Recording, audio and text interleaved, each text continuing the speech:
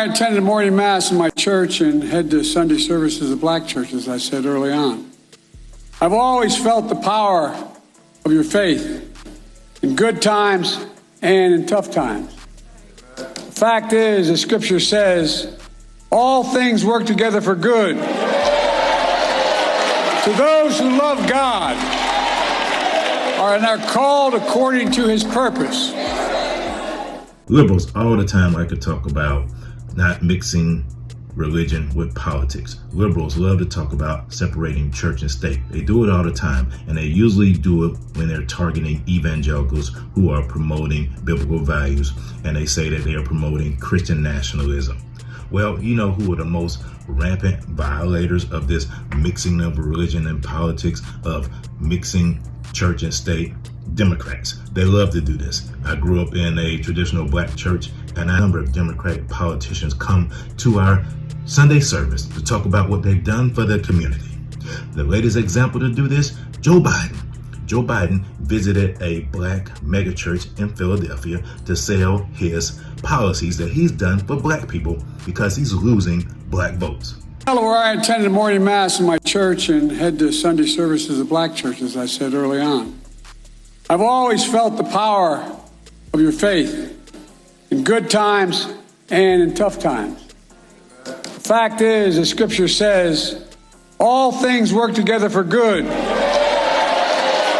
to those who love God and are called according to his purpose. Our purpose is to serve others. That's our purpose. To know everyone is entitled to be treated with dignity and respect. To know faith without works is dead.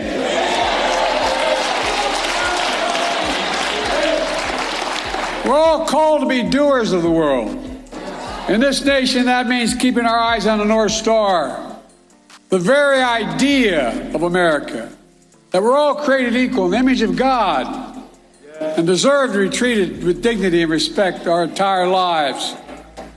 We've never fully lived up to that, but we've never fully walked away from it either. And that's because of you and generations before you who led the church from slavery to freedom, always praying, always believing that joy cometh in the morning. You've never given up. In my life, and as your president, I've tried to walk my faith. To get us through the pandemic that claimed 1 million loved ones and left 8 million people with an empty chair at dinner or breakfast because of someone they lost. To ensure that the economy has the lowest black unemployment and more black small businesses in decades. To rebuild and ensure black America has a peace of mind that comes with health care for everybody.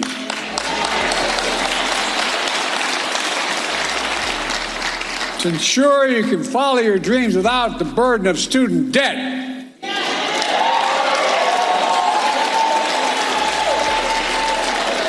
To make housing affordable, help more black families build wealth and pass it on to future generations. To keep our communities safe by getting weapons of war off our streets. To give hate no safe harbor. While there are those who want to erase history, Kamala and I want to make it. Because black history is American history.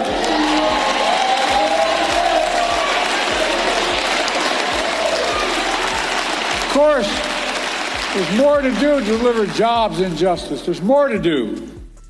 But above all, we need to protect our rights, the rights of all Americans, to make sure democracy works for you. Folks, I know with every fiber of my being, I know I won't look like I'm 40 years old, but I've been around a little bit. The bishop and I were talking about that. It's heck turning 40. Well, all kidding aside, you know, I've been doing this a long time, and I, honest to God, have never been more optimistic about America's future if we stick together.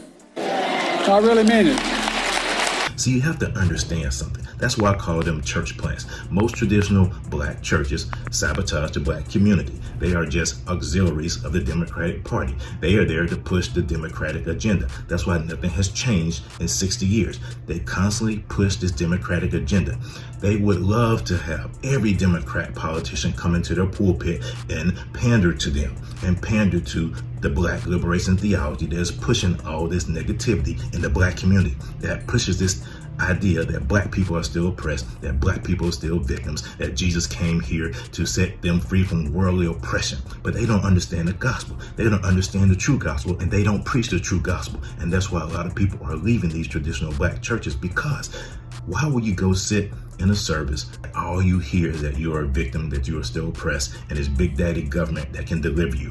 Why would I go to that kind of church? And the fact that Joe Biden went to that church shows that he knows that he can rely upon that Egypt generation, that elderly generation that still holds on to the Democratic Party.